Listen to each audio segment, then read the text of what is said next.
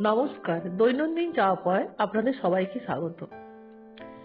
একটি পাত্রের মধ্যে চালের গুঁড়ো নিলাম, তারপর তার মধ্যে ময়দা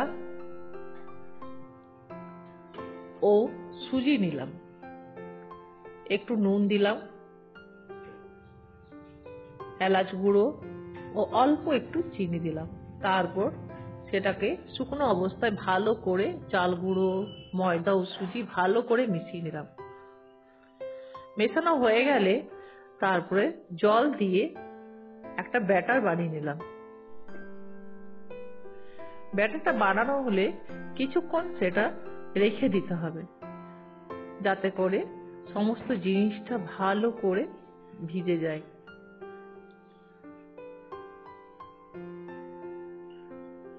ভালো করে ব্যাটারটা বানানো হয়ে গেল পর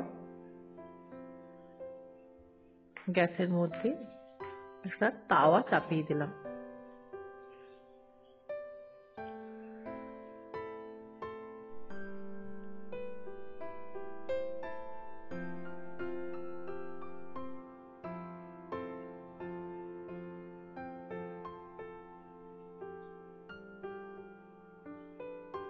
দেখুন আমি কত সুন্দর করে ব্যাটারটা বানালাম।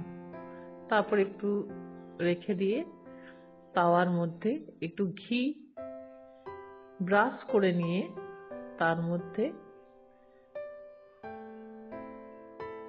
একটা হাতার সাহায্যে আমি পাটিসাপটাটা বানালাম।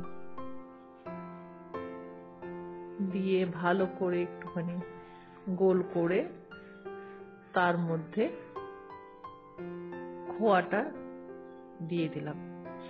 এই খোয়াটাতে, এটা দোকানের খোয়া, এই খোয়ার মধ্যে আমি একটু দুধ অল্প চিনি দিয়ে একটুখানি গরম করে নিয়েছিলাম, যাতে করে সেটা একটু নরম হয়ে যায়। তারপর সেটাকে ভালো করে মাঝে দিয়ে এপাশ ওপাশ থেকে উল্টে দিলেই রেডি হয়ে গেল পাটিসাপটা। এগুলো কিন্তু খেতে খুবই ভালো লাগে, গরম গরম তো খেতে খুবই সুন্দর লাগে। আমি আগে ময়দা দিয়ে বানাতাম, কিন্তু এই প্রথম আমি চাল গুঁড়ো, সুজি ও ময়দা তিনটেকে মিক্সড করে বানিয়েছি। ময়দা দিয়ে খেতেও খুব ভালো হয় এবং এটাও কিন্তু খুব ভালো হয়েছে। আবার আরেকটা ওই একই প্রসেসে বানিয়ে নিলাম।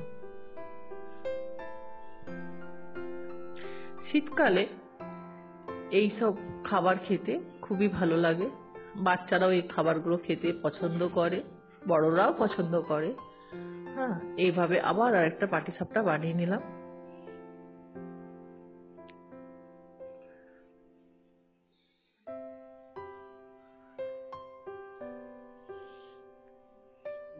শীতকালে এক ঠান্ডার মধ্যে এ রাত্রে এরকম একটা গরম পাটিসাপটা হলে খুবই ভালো লাগে।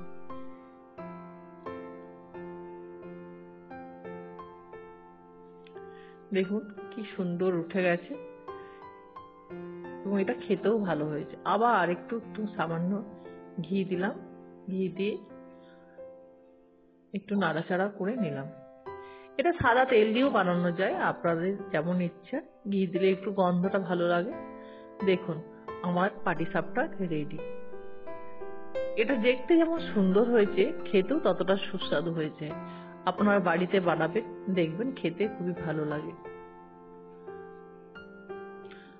আপনাদের আমার রান্না যদি ভালো লাগে তবে আমার চ্যানেলটিকে সাবস্ক্রাইব ও লাইক করবেন। নমস্কার বন্ধুরা, আবার আরেকটা রান্না নিয়ে আমি আবার আসবো। নমস্কার আপনাদের সবাইকে।